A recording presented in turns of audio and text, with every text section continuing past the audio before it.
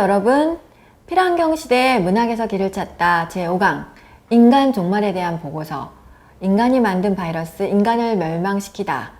자, 수업 시작하겠습니다. 자, 어느 영화에 보면 이런 대사가 나와요. 지구상의 모든 포유류들은 본능적으로 조화를 이루는데 인간들은 안 그래. 한 지역에서 번식을 하고 모든 자원을 소모해버리지. 너희의 유일한 생존 방식은 또 다른 장소로 이동하는 거지. 이 지구에는 똑같은 방식을 따르는 유기체가 또 하나 있어. 그게 뭔지 아나? 바로 바이러스야. 인간이란 존재는 질병이야. 지구의 암이지. 자, 기억나세요? 자, 여러분이 본 적이 있을 거예요. 영화 매트릭스에서 그 매트릭스를 지키는 프로그램 스미스 요원이죠. 이 스미스 요원이 인간 저항군 지도자 그 모피우스에게 하는 말이에요. 들어보면 참 기분 나쁜 비난이에요. 근데 뭐라고 딱 반박하기가 쉽지 않죠. 더군다나 자, 코로나19로 전 세계가 앓고 있는 이 시점에서 이 비난은 우리가 귀담아 보고 듣고 그리고 생각해야 봐야 될 중요한 이야기인 것 같아요. 자, 오늘은 바이러스와 관련된 이야기예요. 자, 마가릿 애트우드라고 하는 캐나다 작가죠. 지금도 생존해서 왕성하게 활동을 하고 있는 여성주의 정치적 활동가예요. 자, 대표작 이렇게 여러 작품이 있고요. 오늘은 특별히 오릭스와 크레이크라고 하는 2003년에 나온 작품을 살펴보려고 해요. 자, 여기 여러분 책 표지 보이시죠? 오릭스와 크레이크. 자, 간단하게 배경을 이야기하면 이미 작품 시작이 지구상에서 인간이라고 하는 종, 모든 인간이 이미 사라진 이후예요. 인간이 멸망됐어요. 멸종이죠.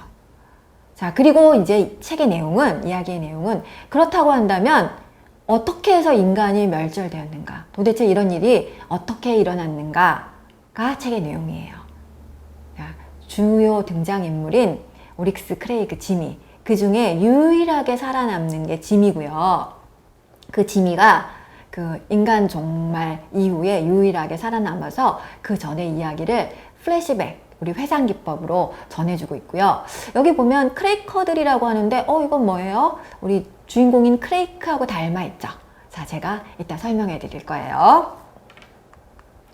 자, 이 책은 제가 한마디로 인간 종말에 관한 보고서다 라고 이제 이렇게 요약을 해봤는데, 자, 이 책에서 중요한 메시지.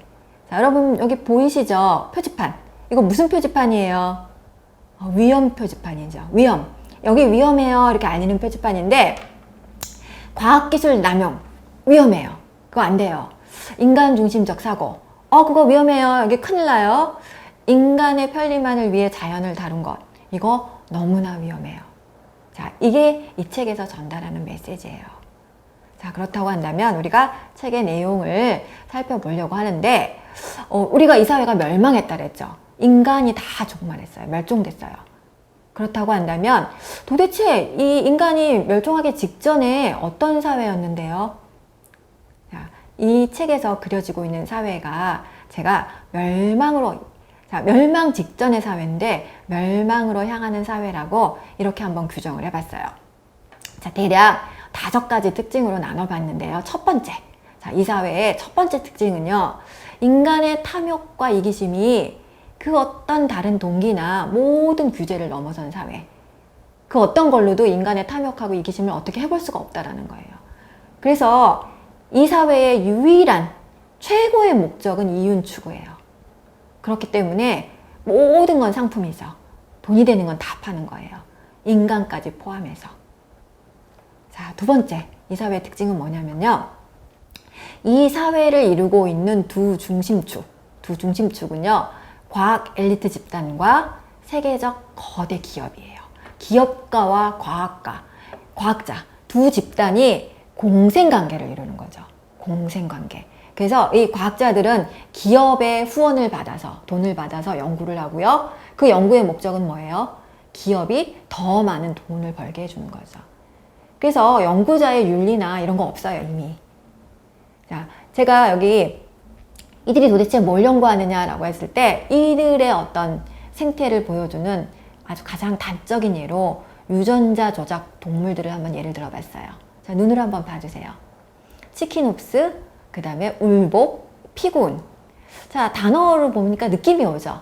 치킨옵스, 치킨옵스. 맞아요. 이거 치킨이에요. 여러분 치킨 좋아하잖아요. 자, 특히 치킨의 어느 부분 좋아해요? 그쵸? 그러니까 날개와 다리. 자, 다른 부분 말고, 자, 그래서요. 자, 유전자 조작으로 어떤 치킨을 만들어내느냐면요.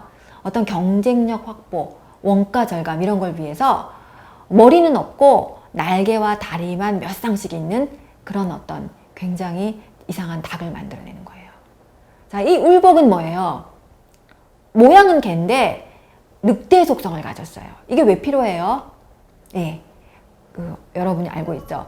우리 왜 경비 시스템, 경비 시스템에 최적화된 동물이에요. 개처럼 이렇게 지키고 있다가 침입자가 있으면 늑대의 본성으로 그냥 찢어 발기는 엄청나게 무서운 동물이죠. 자, 이 마지막에 피구는 사실은 가장 끔찍한, 어떻게 보면 인간의 욕망을 가장 잘 드러내는 동물인데요. 인간에게 필요한 젊음 유지라든가 여러 가지를 위해서 인간에게 필요한 어떤 조직, 인체 조직을 얻기 위해서 돼지에다가 인간의 그 두뇌 피지를 이식을 시켜요. 끔찍하죠. 그럼 이 돼지가 어떻게 보면 사람의 어떤 속성을 갖게 되는, 그리고는 그 필요한 인체 조직만 얻어내고는 다 폐기시키는 뭐 이런 끔찍한 일들을 자행한단 말이에요. 자, 세 번째는 이 사회가 전체적으로 아주 철저한 분리 구조를 이루고 있는 사회예요. 자, 그래서 거주 지역 자체가 달라요. 헬스화이저 주거지라고 하는 곳과 클리블랜드가 있는데, 이 헬스화이저 주거지에는 과학 기술을 소유하거나 누리거나, 자, 기득권층, 돈을 가진 사람들, 아주 인공적으로 인간이 살기에 최적화시킨 가장 편리하고 안락한 주거지로 만든 게 헬스화이저예요. 물론 굉장히 인공적이죠. 그리고 그 바깥에서 클리블랜드는 굉장히 하층 계급의 가난한 사람들, 이 발전된 기술이나 과학을 누리지 못하는 소외된 사람들이죠. 심지어 이 클리블랜드 거주 지역에 이 가난한 사람들을 이용해서 이 세계적 거대 기업, 이 어떤 제약회사들은요, 인체 실험을 하기도 해요. 이들이 먹는 음식에다가 막 병균 같은 걸 퍼뜨리기도 하고요. 그리고는 역으로 또 약을 팔아먹기도 하고, 이런 어떤 비윤리적인 일들이 자행되고 있는 사회예요. 그리고 네 번째, 자, 이런 사회라고 한다면 우리가 이들의 문화를 예측해 볼 수 있겠죠.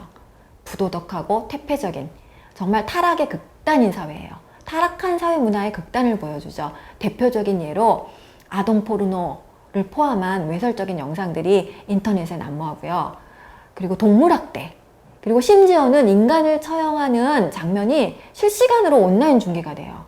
사람들이 이 장면을 굉장히 좋아하거든요. 자, 이런 문화를 갖춘 사회.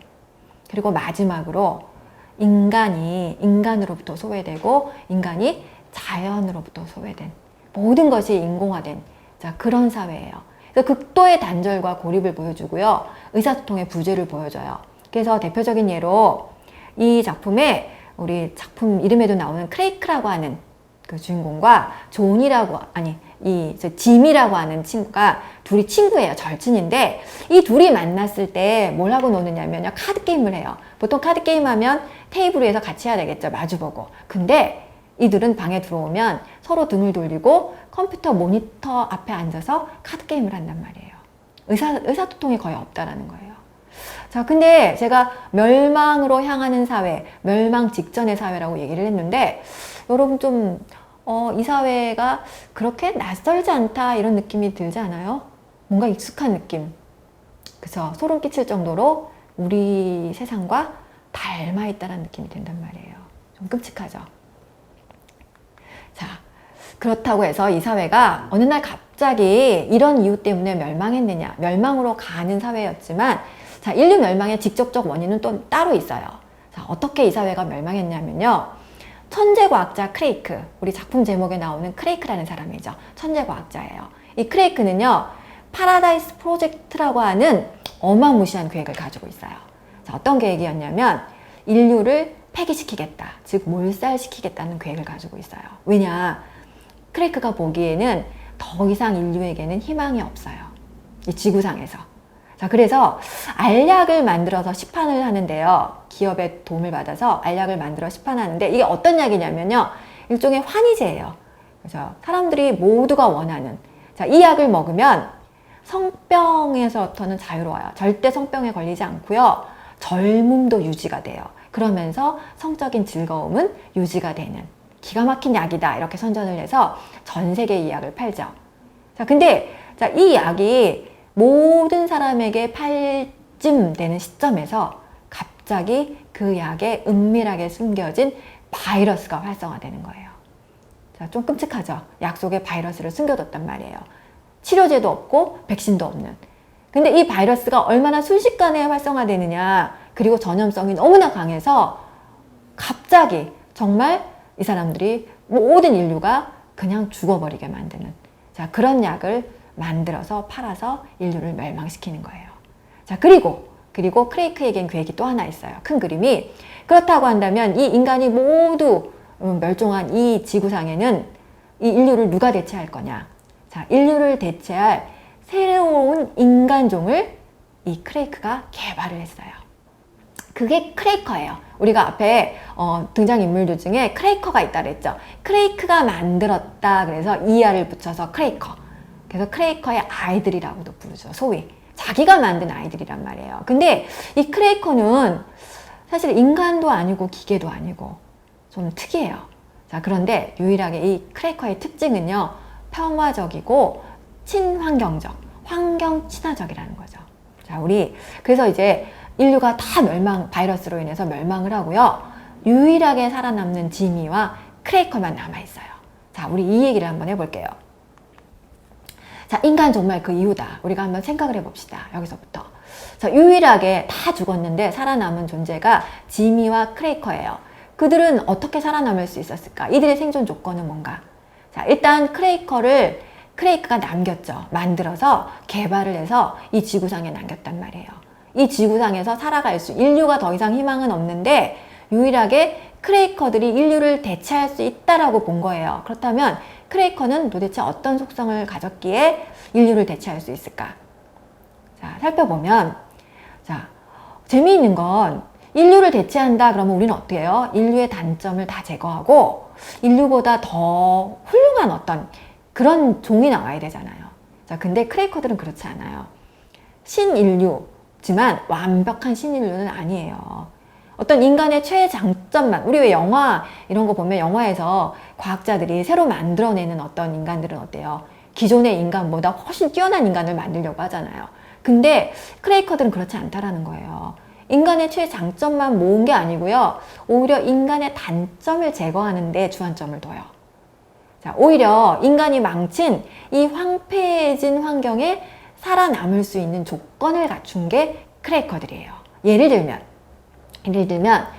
그들의 피부는 UV 차단 피부예요. 왜냐하면 이미 인간에 의해서 우리 지구 온난화뿐만이 아니고 우리 오존층이 파괴됐다 그러잖아요. 그래서 이미 너무나 강렬한 자외선이 이 대기를 뚫고 들어오기 때문에 인간의 피부로는 이 그냥 환경에서는 살 수가 없어요. 자연 상태에서는.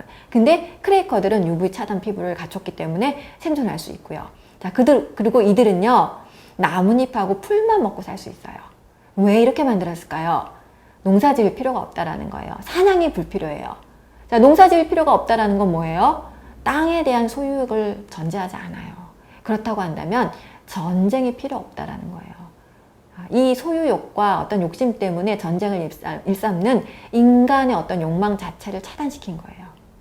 자, 그리고 이 크레이커들은요, 마치 기계가 일정 정도 쓰면은 전원이 그냥 나가듯이 오프죠. 30살 정도 되면 자연사를 하게 돼요. 자, 이건 뭐예요? 인구 과잉을 억제하는 거예요. 이 지구상에 너무나 많은 인구 때문에 사실은 대기가 오염이 되고 뭐 그런 얘기 우리가 첫 시간에 했었잖아요. 인구 과잉 억제를 위해서 그냥 자연사하게 만들었어요. 그리고 또 이들은 피부 색깔이 다양할 뿐만이 아니고 피부의 색깔이라든가 어떤 신의 개념이라든가 이런 게 아예 없어서 인종차별이나 혐오나 서로에 대한 어떤 갈등 요소를 애초에 처음부터 다 차단해서 만들어냈단 말이에요. 자, 이런 종족을 생존하도록 만들었다라는 거예요. 크레이크가. 자, 그렇다고 한다면 우리가 멸망할 수밖에 없는 인간의 어떤 약점들에 대해서 다시 한번 생각해 보게 되죠. 다음으로는요, 지미를 남겼어요. 우리 다 모든 인간은 죽였는데 크레이크가 자기가 살아남는 게 아니고요, 자기도 자살을 해요. 왜요? 이 바이러스를 만든 크레이크가 어쩌면 치료제나 백신을 만들 기술을 가질 수 있는 유일한 사람이에요. 그래서 가장 완벽하게 인류를 멸망시키려면은, 아예 치료제를 차단하려면, 가능성을 없애려면 본인도 죽어야 돼요. 그래서 크레이크가 자살을 해버려요. 자, 그러면서 자기 친구인 지미를 유일한 생존자로 남기고 크레이커와 함께 이 세상에서 살아가도록 한단 말이에요. 그렇다면 왜 지미인가를 우리가 묻겠죠. 왜 크레이크는 지미를 선택했는가? 나아가서 작가는, 크레이크에 앞서서 이 글은 작가가 쓴 거잖아요. 작가 마가릿 에두드는 그 많은 사람들 중에 왜 지미를 선택했을까? 자, 지미의 특성은 뭔지 한번 살펴볼게요. 자, 지미는요, 당대의 많은 다른 사람들하고는 달리, 특별히 크레이크하고는 사고방식이 좀 달라요. 크레이크는 천재 과학자라고 했는데요, 이 지미는 인문학 전공자예요. 과학기술 자본주의의 이 사회에 잘못된 것을 인식하고 있어요. 이렇게 되면 안 되는데, 이거 잘못인데라는 걸 알고 있다라는 거예요. 자, 그리고 인문학 전공자이면서 언어에 대한 감각이 있고요. 동시에 다른 사람들하고 달리 자연에 대한 인식이 아직 남아있어요. 자연의 아름다움을 즐길 수 있고요. 그 아름다움을 언어로 옮길 수 있어요. 다시 말하면 시적인 상상력, 시적인 능력이 있는 거죠. 그리고 또 가장 중요한 거는요, 도덕적 판단력이 아직 남아있어요. 많은 사람들이 인터넷에서 인간을 처형하는 실시간 중계를 즐기고 있다 그랬잖아요. 그리고 과학자들이 어떤 동물들을, 그렇죠, 유전자 조작을 해서 그렇게 무지막지하게 만들어내는 거에 어떤 죄책감이 없는 거에 대해서 그걸 보면서 지미는 어떤 동물에 대한 공감 능력이라든가 상처받고 고통받는 사람들에 대해서 공감할 수 있는 능력이 남아있는 사람이에요. 이게 가장 중요한, 어떻게 보면 지미의 가장 큰 미덕이자 크레이크나 이 작가가 가장 높이 샀던 인간적인 능력인 것 같아요. 자, 물론 그렇다고 지미가 완벽한 인간은 아니에요. 지미 한계가 있어요. 작품에서 자주 드러나듯이 지미는요, 백인 남성의 어떤 남성주의적인 한계가 여전히 있고요. 그리고 무엇보다도 인간 중심적이에요. 인간 중심적이라는 거. 다른 생명체를 대할 때, 특히 크레이커와 지미만 남겨져 있을 때 그 크레이커들을 대하는 태도에서 인간 우월적인, 인간 중심적인 태도가 여전히 있기는 해요. 그리고 또 지미한테 중요한 한계가 무력감이에요. 자, 잘못되는 건 알아도 이거에 대해서 어떤 행동을 취하지는 않아요. 자, 어떤 거에 대해서도 나는 아무것도 할 수 없어 라는 무력감, 그 사회에서 그냥 속해서 따라갈 수밖에 없단 말이에요. 자, 이게 지미의 한계이기도 해요. 자, 그런데 이런 지미를 살렸어요.